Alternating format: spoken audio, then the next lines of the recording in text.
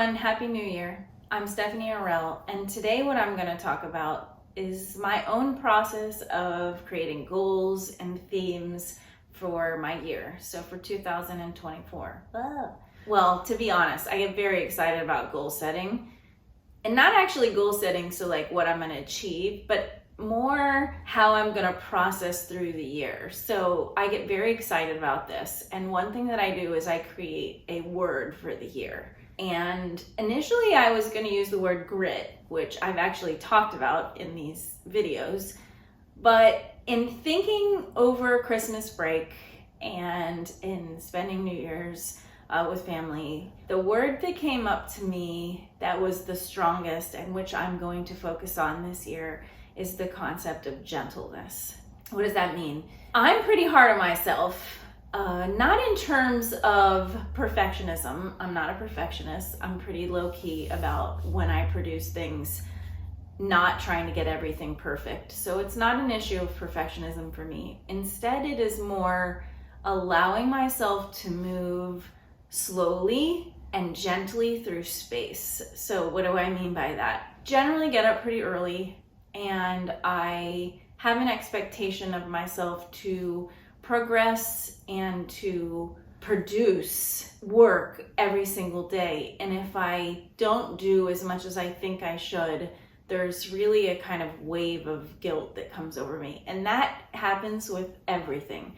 How I eat, how I work out, how much I spend time at the desk, if I finish emails, if my house is clean. What I want to do is to allow, or to reduce rather, the self-talk that creates a sense of guilt. I have some activities that I've actually established that I'm going to do to help me get to this word. So it's not just this random generation of a theme for the year. I actually am going to do things that help me recognize myself and slow down. And my goal, we'll see, so back to the goals, my goal is actually to do this every single day. So I have made a list of about 110 things that I'm going to do. I'm not going to necessarily follow that list, but I have a list in case I can't figure it out any particular day. So a couple of things that I have been thinking about, and which I've started, is even lighting a candle. And in the lighting of the candle, thinking about how does this promote me being gentle? And like this morning I did that, and I just took a couple deep breaths with the idea of being gentle with myself inside.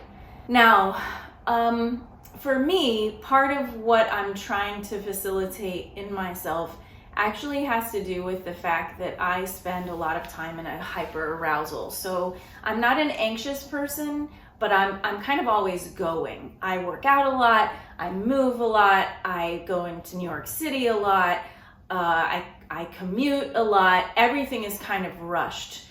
And what I know to be true, and those of you who have a trauma history, this is applicable to that, is that as we age, our systems get very taxed by sense of urgency, rushing around, always moving.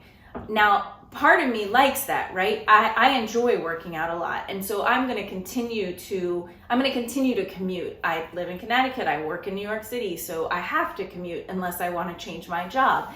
But I've been thinking, like, how can I slow down my internal system to potentially elongate my life? Because I'd like to live for a long time.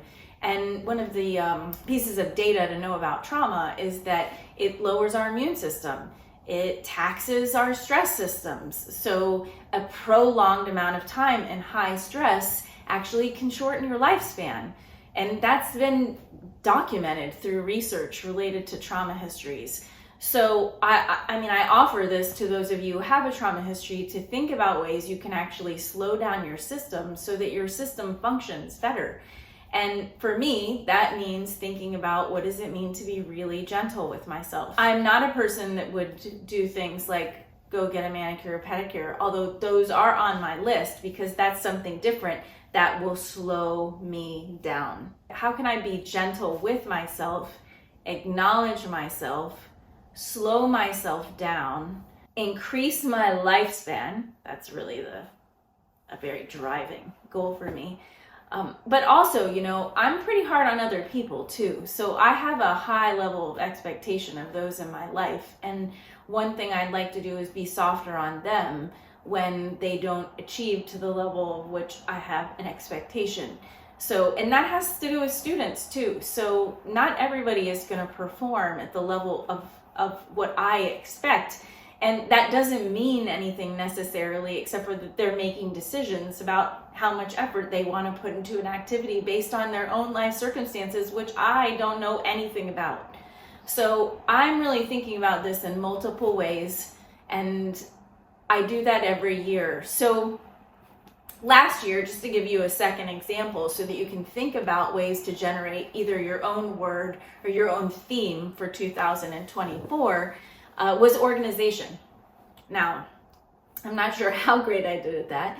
I'm organized enough to be highly productive, but I wasn't thinking about organization just in terms of my computer, for instance. I was more thinking about how I daily contribute to knowing where things are, feeling good when I walk into my apartment, feeling good when I sit down in my car. And that doesn't mean that it's necessarily super clean, but that it's organized, that things have a place.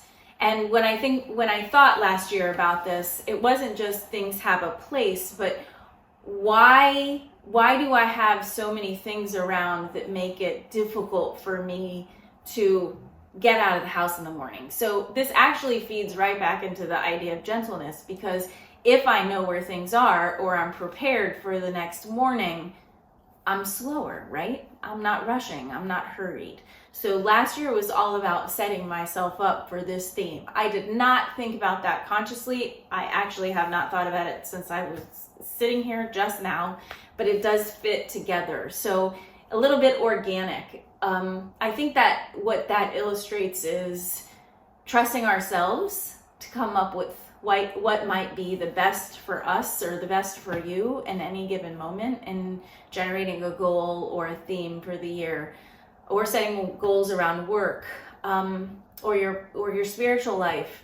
So think about it in terms of compartments, right? You have a professional life, a spiritual life, an emotional life, a life around personal relationships. You have your physical body. So maybe you just want to pick one area to focus on in the year, or maybe you want to have one goal for each area. There's so many different ways that we can think about it. I do think it's good to be intentional, because that helps us understand ourselves and it helps us grow.